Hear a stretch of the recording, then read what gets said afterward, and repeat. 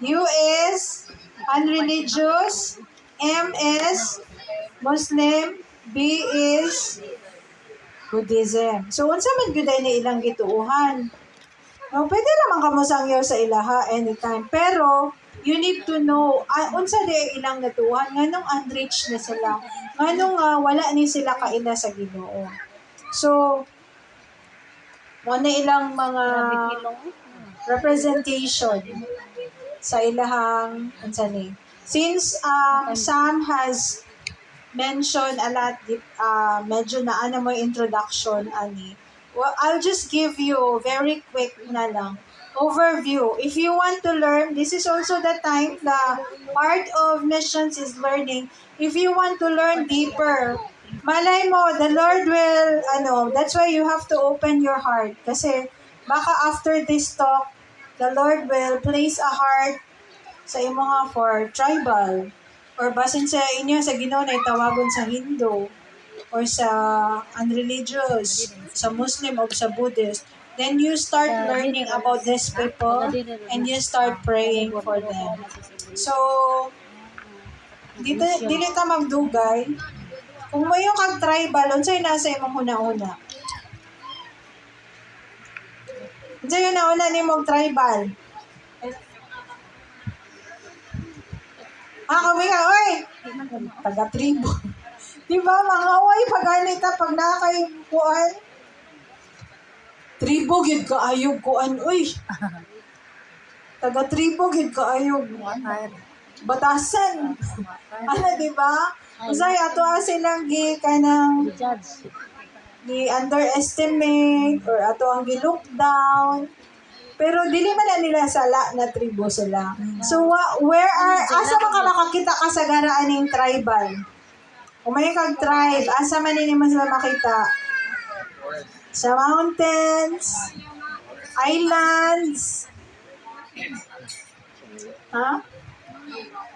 caves, asa pa? Jungle. No, basta kay naa sila sa hilit-hilit na mga lugar. So, let's learn about some specific things or kanang unique sa mga tribal people. Next slide. So, tribal, when we say tribal, they live in isolated areas like jungle or mountain villages. Napapatay tribe dere sa Bohol. Iskaya tribe, di ba? Pero medyo na sila, di na sila tribe. Educated na sila. So tribal people, they usually nasa mga jungle, they have their own secluded kanang sila na gani. They don't usually go to other communities. Tapos ang ilang mga pananaw diha ra gyud sa ilahang tribo. Dili sila molapas. So ilang worldview limitado sa ilahang nakita o kung unsay naa sa ilang palibot. So they believe in a creator who made the world. So nituo sa day sila nga naay magbubuhat sa kalibutan. Pero wala sila nituo nga maila kaniya personally. Ug wala sila nituo nga nag-care ang nag-create sa ila. Diba? Kung kabalo mo sa mga tribo, hadlok sila o gamhanan. Hadlok sila o gahuman nga perminti sila mag-offer, mag-appease, kung mulabay sa mangihi, tabi ko. Diba? Mulabay sa ngit-ngit, sa kakahuyan, manabi. Kay hadlok kaayos sila nga kani nga creator, nga kani nga Dios, i-punish sila. Na, di ba, maghubag-hubag ang kasangilan, nasuko nimo ang kadtong magbubuhat. Nabuyagan. Buyagan ba? Di ba? Nihubag ang baba, nabuyagan, kay ganun nilapay ka dito sa kuan, wala ka na nabi. So, inana sila, naa sila kahadlok sa magbubuhat sa kalibutan. Bunya, they are also believed nga animist o kaning mga animist, they worship their ancestors. di ba mga anito, mga namatay na gani na na kagikan, ginikanan, di ba? Kinsa may naka-experience diri or nakaila-ilag mga tribal people. No, niya magpadugo na sila para maapis ang espiritu. Kung naagani sila may tabo sa ilaha, ila ding ingnon, uy, nasuko ang espiritu sa akong mama. Or sa imong lola. Or sa kalululuhan kay wala nato ni gisunod. Niadto man ko kag syudad, di man unta ka dapat moadtog syudad. Di ko nung ka, gisipon na noon ka. Di ba? Ina na ilang worldview, ilang worldview kita. Kung gisipon ka, nagka-virus ka, kay abog, wala na sa ilaha. Gisipon ka, kay nasuko ang espiritu sa imo, kay nilaag ka dito sa syudad, nga derira unta ta dapat. So naa sila yung anak na concept. So tanan nilang buhaton, dapat maka-appease sa spirits. No? Kaya nga na mga kahoy, they also worship the kanang kahoy kay nagtuo sila nga naa ang espiritu diha. No? Kay kung dili ka mag-worship, di ba, kung wala na kayo ni sa ato pero sa ubang nasod, na mga offering di, makita ka na yung mga bukan, na butangan og pagkaon, sa ilang mga kahoy.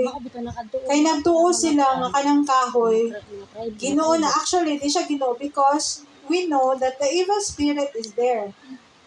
Maski asa na ang evil spirit. Ang tungod kay nabuhi sila sa kahadlok.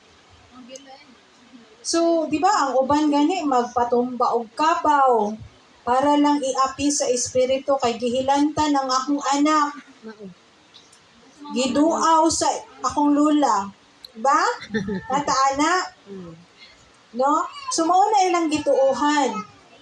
Sumuuna nga maghuna-una ka, wala gid sila kabalo ba about Jesus Christ na makaluwas ani.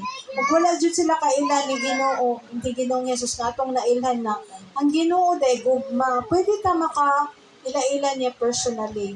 Pero sa ilaha, ako na lang i-compare para makita nimo ang kalahian sa atoa.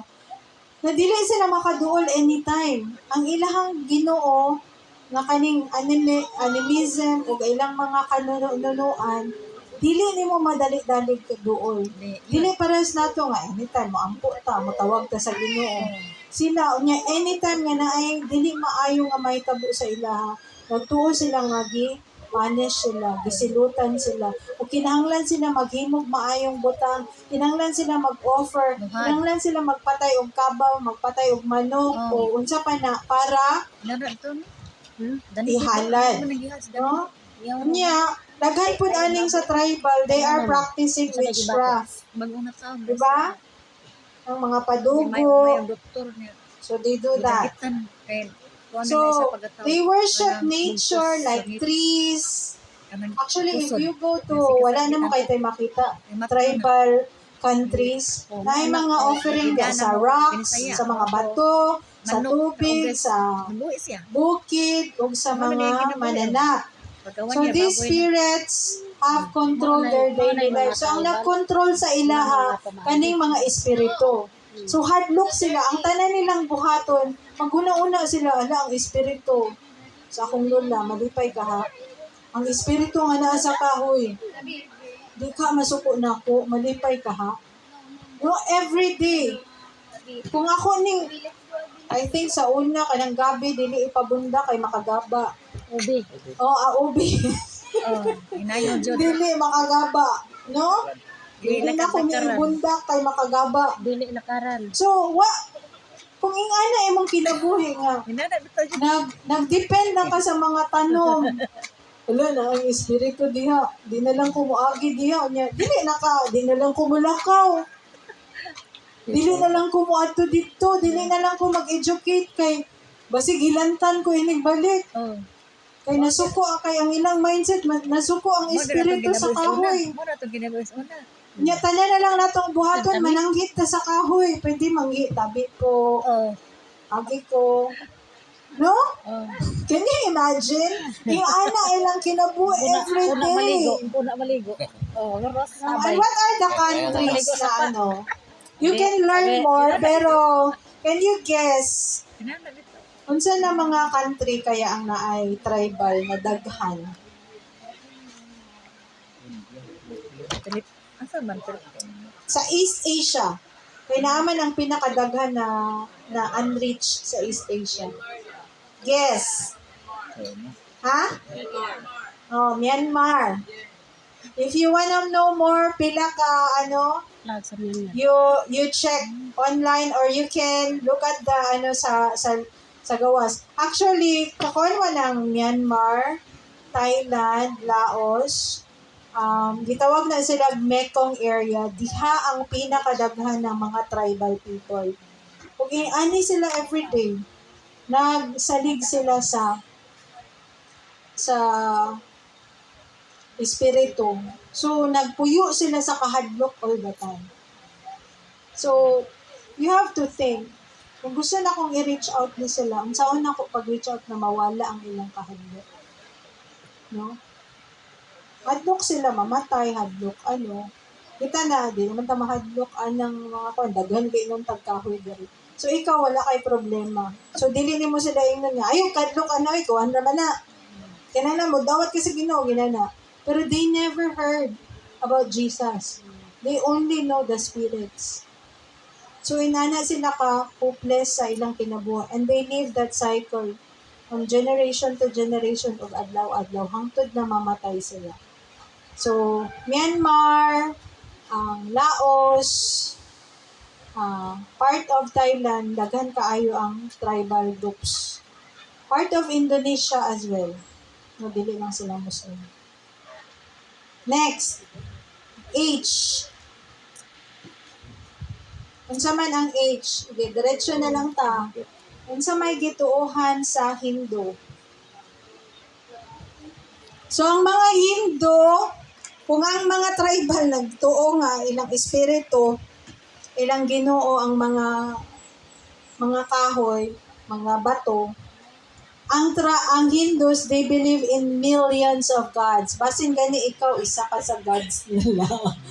Anything that is amazing or anything, and these gods can be both good and evil. What kind of God we know? Kita. Good God. Pero sila, it can be good, it can be evil. Depende. Ansa? Babi, no? Oh, may evil God. And then they just don't believe in one God. They believe in millions of gods. Can you imagine? They worship idols at the temple or at a special shrine. So sila, ang gitawag nila, wala sila simbahan. They don't go to church like every Sunday, mo ato sa temple, kay mo simba. Usually, pakiramdaman na nila or every time they are nagsunod na sila sa buwan ba, or sa unsay ni aya sila moadto sa temple Natayon na. or sa mga shrine or sa ilang mga balay. And then they believe they can make their heart clean by good works. So when they go to church, dili like church. When they go to the temple, magdala silang flowers, pagkaon, insenso, kwarta, or anything nga ilahang ma-offer, pati anything, sabi diri, even their hair, pwede nilang i-offer. And then, they pray, pero it's not only directed to one. And they pray, it's not because they are in need or they want to worship. They pray, kaya nagtuo sila nga ang ilang, nga maayo na siyang buhat. Kung maayo na nga buhat, makahinlo na sa akong kasing-kasing. Basta lang. And when they pray, it's chanting. Dili siya kanang para sa ato, Lord, pangayo kong pasaylo, And then, they believe na kaning tanan na ilang gihimo, mag-offer sila, manghatag sila, maadto sila sa temple, makahinlo na sa ilang kasing-kasing. Tapos, Hindus believe in reincarnation. Unsa man ang reincarnation? Kinsay nakakitag Korean. Unsa na yung Korean drama? Ha? Namatay na siya, tapos ni-reincarnate, lahi na iyang ano. Diba? So, nagtuo sila, mamatay ka, tapos mabuhi ka, pero depende kung unsa ka kabuutan. No? Tapos na next ni mga life, hangtod na, sige na kag balik-balik, hangtod nga, ma-obtain nimo ang peace of life. Mo na ilahang ultimate goal. So meaning, kung na-reincarnate pa ka, wala pa ka ma-perfect.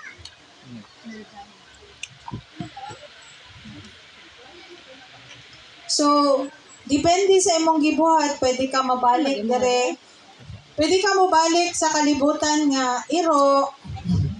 Next life nimo kay badlungon gyapon ka, di ka maminaw diha, imuon ta kang ok-ok. Imo kang ok-ok. No, mo na sa Cambodia, same raman ang mga Buddhist. Ano rin, ayaw pati yan ng ok-ok, basig ako ng lula. No.